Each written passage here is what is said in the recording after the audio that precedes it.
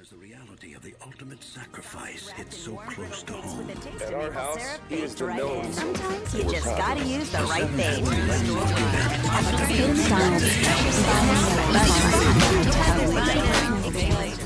Well, hello, everybody, and welcome to That Voiceover Podcast, the show for and about the voiceover industry. I'm Stephen Cox. Joe Stanley, my guest, is the Executive Vice President and Director of Broadcast Programming at Daily Advertising in Los Angeles. He has decades of experience in the ad world, working in TV, radio, and print, and has even done his turn occasionally behind the mic himself. He's a good man, and I'm happy to welcome him to the show. Joe Stanley, thanks for being on That Voiceover Podcast. Stephen, nice to be here.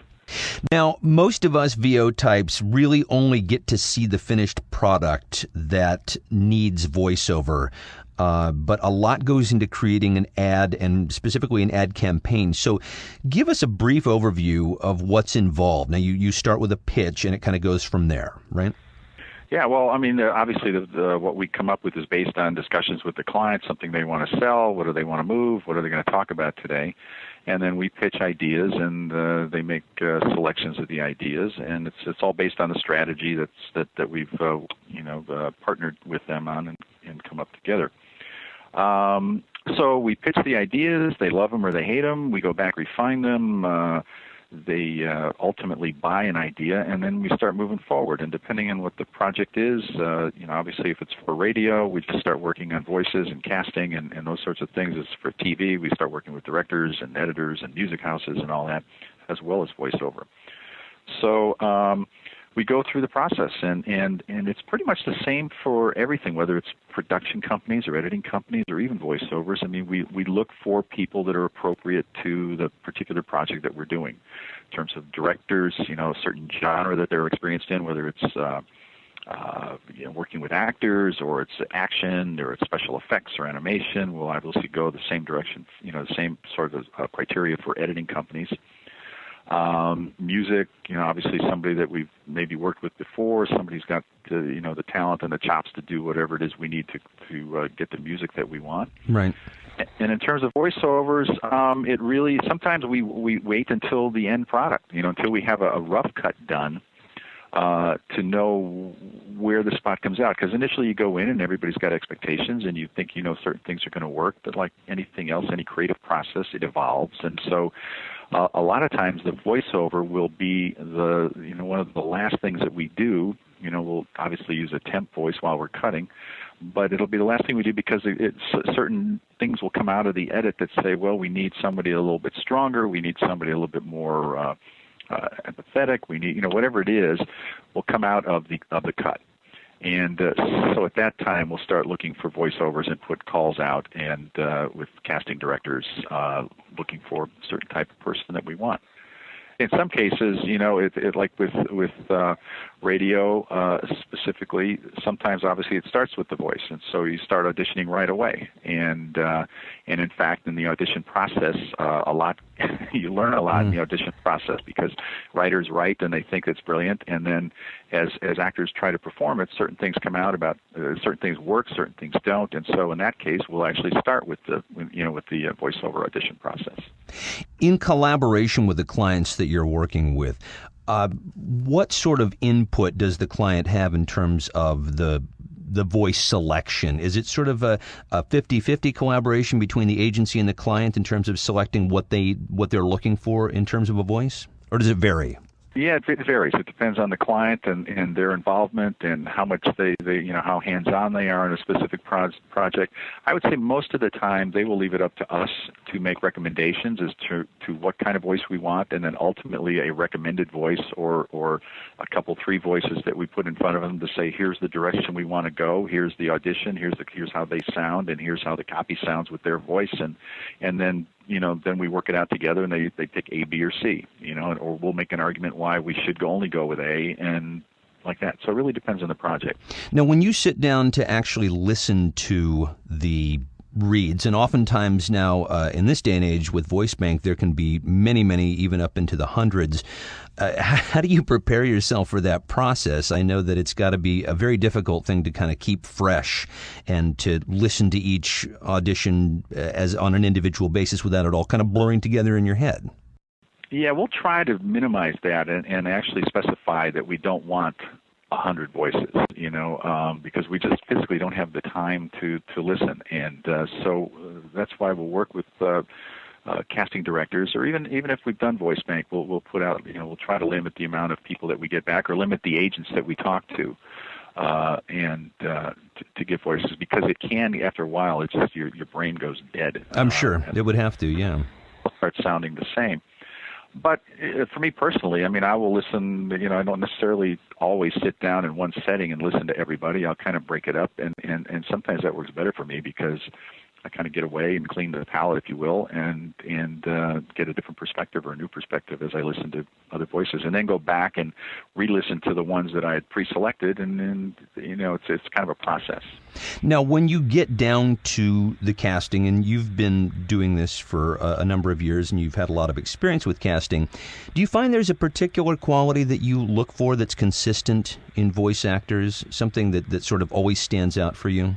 Yeah, I think, again, it really depends on the project, but the one thing that always stands out, and you've probably heard it 1,000 times, is we want that non-announcer guy or gal, Sure. And I think that's, over the last few years, that's been the trend. Everybody likes the person who is going to deliver the message and deliver it with some confidence and strength, but yet don't want that DJ, don't want to sound like I'm being announced to. So if I get something, the one thing I get from creatives probably 100% of the time that's included in specs is non-announcer, so, which I find amusing. But that's kind of the trend. We want, we're looking for somebody that's, first of all, for me, I like do I like the voice, the quality of the voice, and that kind of sets it off. And then you kind of listen for believability. Do you think this person is real?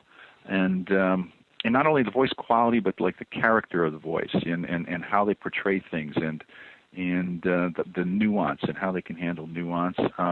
Sometimes we'll get a couple reads, multiple reads, and so there you would listen, like, is there a range? Can they go to different places, or do they give me 3 reads and they all sound the same?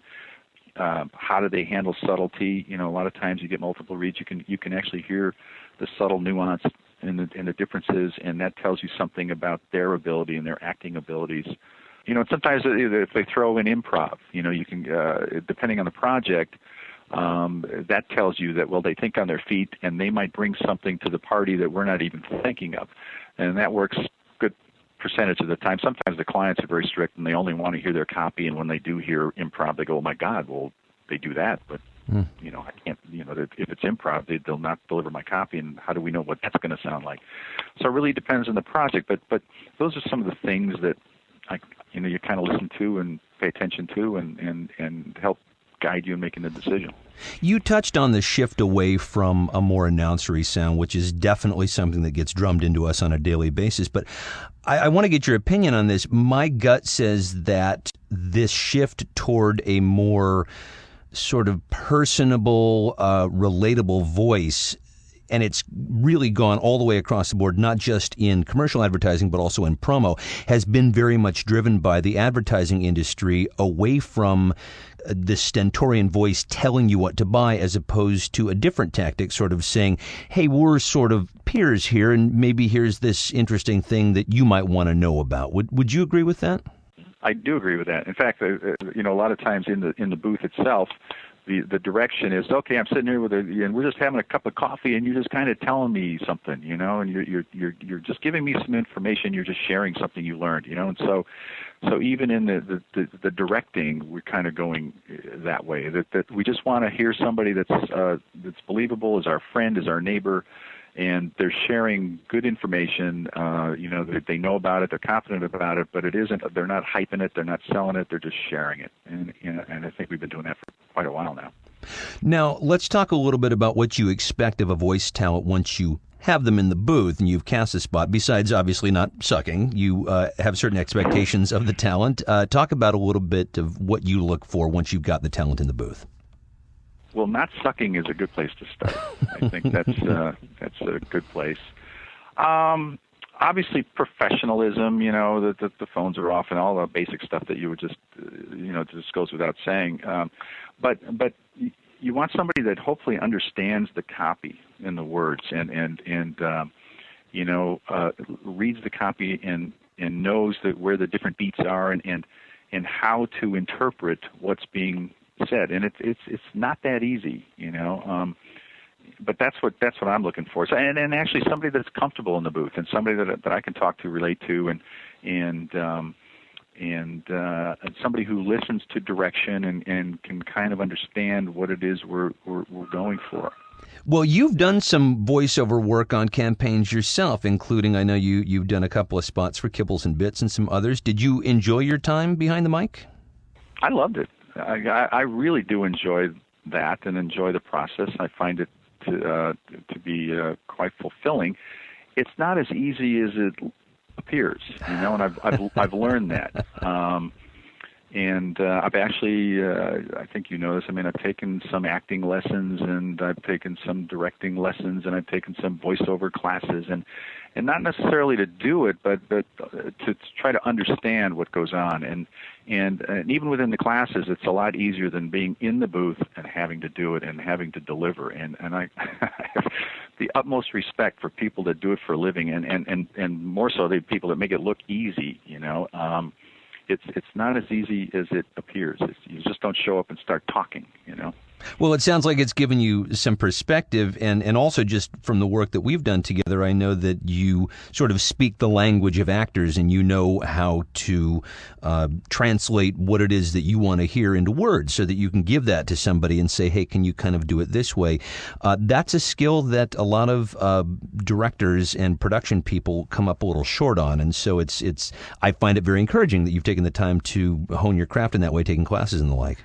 Well, thank you. I appreciate that. Yeah, I everybody's different, and you can go everywhere from setting the scene, and you're in the lonely room with your grandmother who just had a heart attack. You can start with that, or you can just give them a mood where this is quiet and let's go from there. Or sometimes you just the best thing is to let them start just whatever they bring to the party. I think I hopefully try to do that as much as possible, where it's let's hear you read it, your interpretation of it, before I start mucking it up with whatever my thoughts are or the client's thoughts are. Because a lot of times that's the best.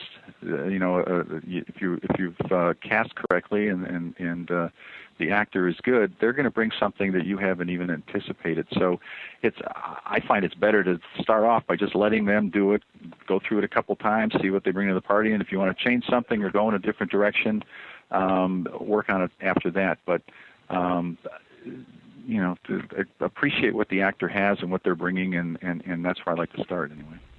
Well, and sometimes you just wind up saying, obviously sometimes you do say, well, just do it again, just because, or you get somebody in a role, where they're starting to get it, and you work with them just like I guess a director would work with an on-camera actor, where you try to get them in one direction, and then maybe that's so far off, and it's done intentionally so that you can now pull them back, and when they come back, they're kind of where they're somewhere in the middle, exactly where you want them, And so I treat it as you're directing an actor, you're working with an actor. It isn't just okay, say some words and let's go home. It's let's mold this thing and let's build on it, and hopefully that gets a better product.